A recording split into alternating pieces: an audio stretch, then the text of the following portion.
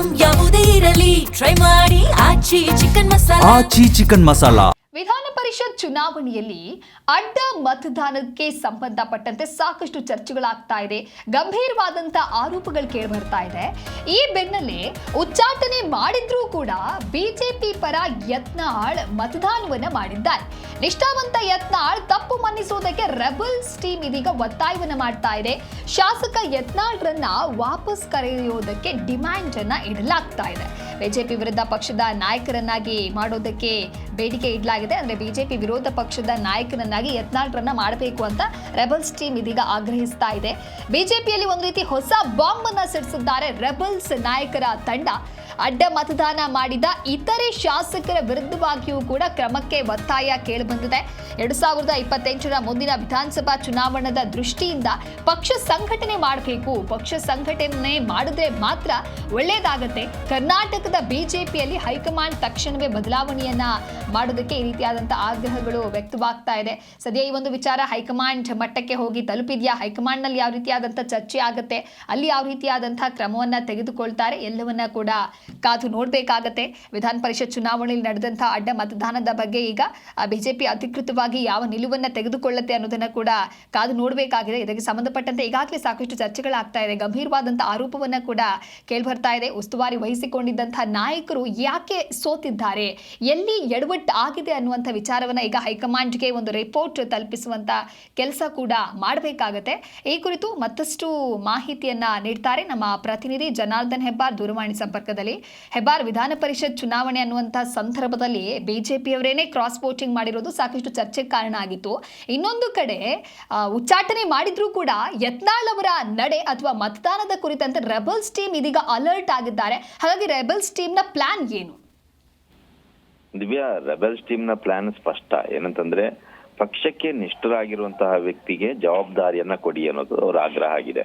ಹಿಂದಿನಿಂದನೂ ಕೂಡ ಅವರು ವಿಜೇಂದ್ರ ಅವರನ್ನ ಬದಲಾಯಿಸಿ ಅಂತೇಳಿ ಆಗ್ರಹ ಮಾಡ್ತಾ ಇದ್ರು. ಆದ್ರೆ ಹೈಕಮಾಂಡ್ ಕಾದು ನೋಡೋ ತಂತ್ರ ಅನುಸರಿಸಿ ಇಷ್ಟು ದಿನ ತಳ್ಕೊಂಡು ಬಂದಿದೆ. ಈಗ ನಡೆದಂತ ಪರಿಷತ್ ಚುನಾವಣೆಯಲ್ಲಿ ಬಿಜೆಪಿಯ ಶಾಸಕರು ಬಿಜೆಪಿಯಲ್ಲಿ ಇದ್ದುಕೊಂಡೇ ಬಿಜೆಪಿಗೆ ದ್ರೋಹವನ್ನ ಮಾಡಿದ್ದಾರೆ. ಆದ್ರೆ ಪಕ್ಷದಿಂದ ಉಚ್ಚಾಟನೆ ಆಗಿರುವಂತಹ ಯತ್ನಾಳ್ ಬಿಜೆಪಿ ಪರವಾಗಿಯೇ ಮತ ಹಾಕಿದ್ದಾರೆ. ಇದು ಪಕ್ಷ ನಿಷ್ಠೆಯನ್ನ ತೋರಿಸುತ್ತೆ.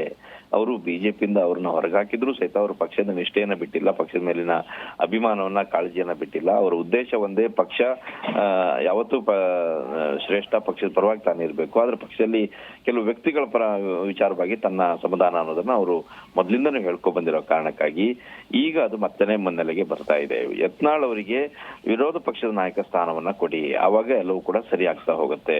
ರಾಜ್ಯಾಧ್ಯಕ್ಷರನ್ನು ಬದಲಾವಣೆ ಮಾಡಿ, ವಿರೋಧ ಪಕ್ಷ ನಾಯಕರನ್ನು ಕೂಡ ಬದಲಾವಣೆ ಮಾಡಿ ಅನ್ನೋ ಆಗ್ರಹವನ್ನ ಈಗ ರೆಬಲ್ಸ್ ಟೀಮ್ ಮಾಡ್ತಾ ಇದೆ. ಬಿಜೆಪಿಯ ರೆಬಲ್ಸ್ ಟೀಮ್ ನವರು ಈಗಾಗಲೇ ಸಾಕಷ್ಟು ಬಾರಿ ಮೀಟಿಂಗ್ ಅನ್ನು ನಡೆಸಿ ಹೈಕಮಾಂಡ್ ಗಮನಕ್ಕೂ ತಂದು ಒತ್ತಡವನ್ನು ಹೇರುವಂತ ಕೆಲಸವನ್ನು ಕೂಡ ಮಾಡಿ ಆಗಿದೆ.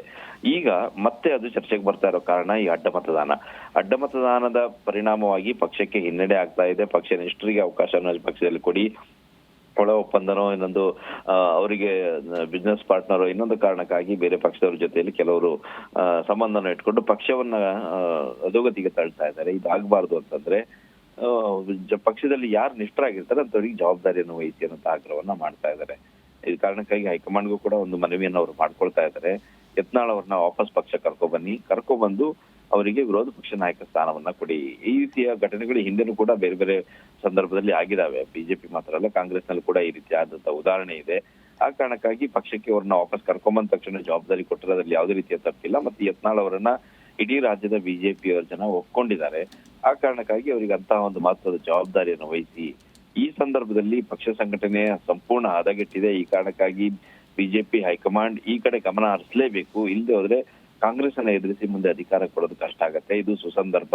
ತಕ್ಷಣ ಇದರ ಗಾಂಭೀರ್ಯತೆಯನ್ನ ಅರ್ಥ ಮಾಡಿಕೊಂಡು ಬಿಜೆಪಿ ಹೈಕಮಾಂಡ್ ಕರ್ನಾಟಕದತ್ತ ಮುಖ ಮಾಡ್ಲಿ ಅನ್ನುವಂತ ಆಗ್ರಹವನ್ನ ರೆಬಲ್ಸ್ ಟೀಮ್ ಮಾಡ್ತಾ ಇದೆ. ಕುಮಾರ್ ಬಂಗಾರಪ್ಪನವರು ಕೂಡ ಇದೇ ರೀತಿ ಮಾತನಾಡಿದ್ದಾರೆ. ಮಾಧ್ಯಮ ಜೊತೆ ಮಾತಾಡೋ ಸಂದರ್ಭದಲ್ಲಿ ಇದೇ ವಿಚಾರವನ್ನು ಅವರು ಸ್ಪಷ್ಟವಾಗಿ ಹೇಳಿದ್ದಾರೆ. ಹೈಕಮಾಂಡ್ ಈಗ ತಕ್ಷಣ ಎಚ್ಚೆತ್ಕೊಂಡು ಪಕ್ಷ ಸಂಘಟನೆ ಬಗ್ಗೆ ಗಮನ ಹರಿಸಲಿ, ಕರ್ನಾಟಕದತ್ತ ಗಮನ ಹರಿಸಲಿ. ಒಂದು ಕಡೆಯಲ್ಲಿ ಪಕ್ಷದಲ್ಲಿ ಜವಾಬ್ದಾರಿ ವಹಿಸಿಕೊಳ್ಳೋದು ಬೇರೆ ಬೇರೆ ಪ್ರಮುಖರಿಗೆ ಆಸಕ್ತರಿಗೆ ಕೊಡಬೇಕು. ಜೊತೆಗೆ ಸಂಘಟನೆ ವಿಚಾರವಾಗಿ ನೇರವಾಗಿ ಅವರು ಗಮನ ಹರಿಸಿದ್ರೆ ಮಾತ್ರ ಬಿಜೆಪಿ ಉಳಿಲಿಕ್ಕೆ ಸಾಧ್ಯ, ಮುಂದೆ ಅಧಿಕಾರಕ್ಕೆ ಬರ್ಲಿಕ್ಕೆ ಸಾಧ್ಯ ಅನ್ನೋ ಆಗ್ರಹವನ್ನ ಅವ್ರು ಮಾಡ್ತಾ ಇದ್ದಾರೆ. Divya, okay, thank you Hebbar ನಿಮ್ಮೆಲ್ಲ ಮಾಹಿತಿಗಾಗಿ.